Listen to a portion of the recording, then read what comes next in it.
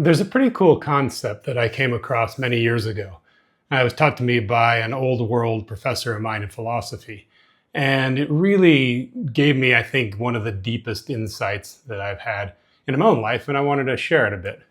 So the idea is that there's 4 levels of human development.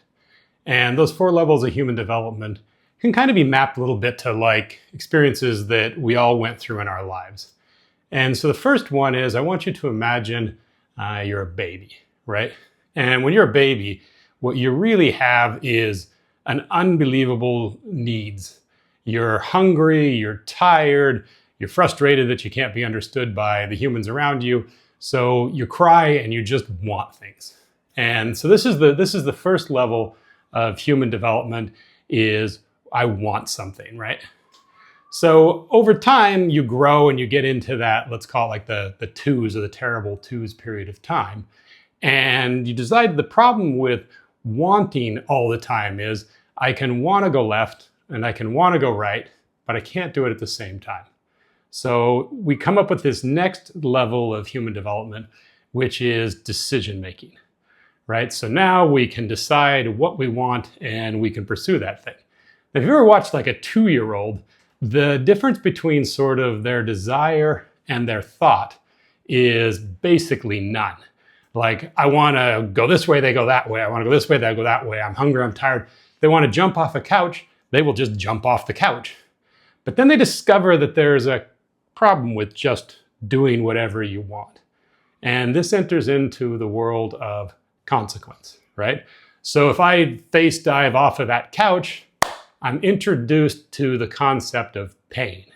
And pain is kind of shorthand for consequence. So as soon as I have consequences, now I have to figure out what is the sort of third level of desire. The third level is I have to have a reason for doing the things that I do, right? And so if you think about it for yourself, what is your reason for doing what you do? And many people would say, I want to be happy. And I think that's a pretty good kind of goal. We all want to be happy. Who wouldn't enjoy that their life is fulfilling in each moment and you wake up each day happy? But there's a little bit of a problem with pursuing happiness. So let's take it over the course of a lifetime. And you decide that I'm going to study hard and I'm going to go to the right school and I'm going to get the right results, which is going to get me the right job, which is going to make me the career, which is going to make me the fortune, and then I'm going to be happy. So one of 2 things happens. Like, one, on the moment when happiness is right on the precipice, you step off the corner and you get hit by a bus, right? Because we can't really control what the universe brings to us, right? The second one, and actually this is a whole lot worse than the first one, believe it or not, although in fairness, I don't really want to get hit by a bus. The second one is you do everything exactly right and you get exactly what you wanted, but you're not happy. And I think if we're honest and we think about it, sometimes, as Buddha said, you're happy and everything's going terrible. And sometimes you've got everything going exactly right and you're unhappy. And these emotions, they come and they go, kind of like the weather. So if you can't guarantee happiness, because sometimes you get everything you want and you still have that kind of existential angst, what can you guarantee? And this is where the 4th level, and this was the insight that really made sense to me, came in. It's a concept pulled largely from Stoicism.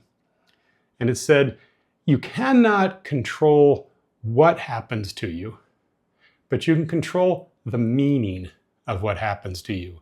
And so meaning is really the trick. So an example, 2 people with the same experience. One goes outside and they suddenly get hit in the head with a hammer. And they're like, oh my God, that is the agony beyond anything I have ever experienced. I never want that to happen again. So they start to make plans in their life to never be in a position where a hammer can hit them in the head again. Maybe they don't go out of the house. Maybe they plan their routes. Maybe they are exceedingly careful, whatever. Their life becomes about avoiding that pain, right?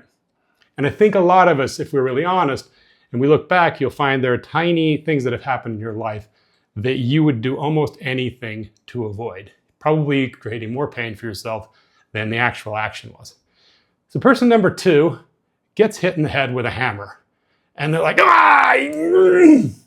finally, I know what it is to get hit in the head with a hammer, right? And they go on about their life. It's the same thing that happened to both people, but the difference is one of them chose to make it about their life to never have that experience again, and the other one made it an experience that had value to them. And so the secret of life is not really pursuing happiness. It's being able to change the meaning of the circumstances in your life, of what's happened to you, to serve you. And that's really the trick. If you can do that, if you can control the meaning in your life, you become the master of your own destiny. Because we cannot control what the universe will bring to us. The only thing that we can control, and it turns out it's the most important thing, is we can control the meaning of what happens. So if you can learn to do that in your life, if you can learn to take whatever happens, good, bad, indifferent, and change it in a way that it serves you, that it makes you more capable, that it makes you more able, that it makes you more satisfied with your own existence, then you've really solved the secret of life. Appreciate your time. This is Dialectic. Ciao.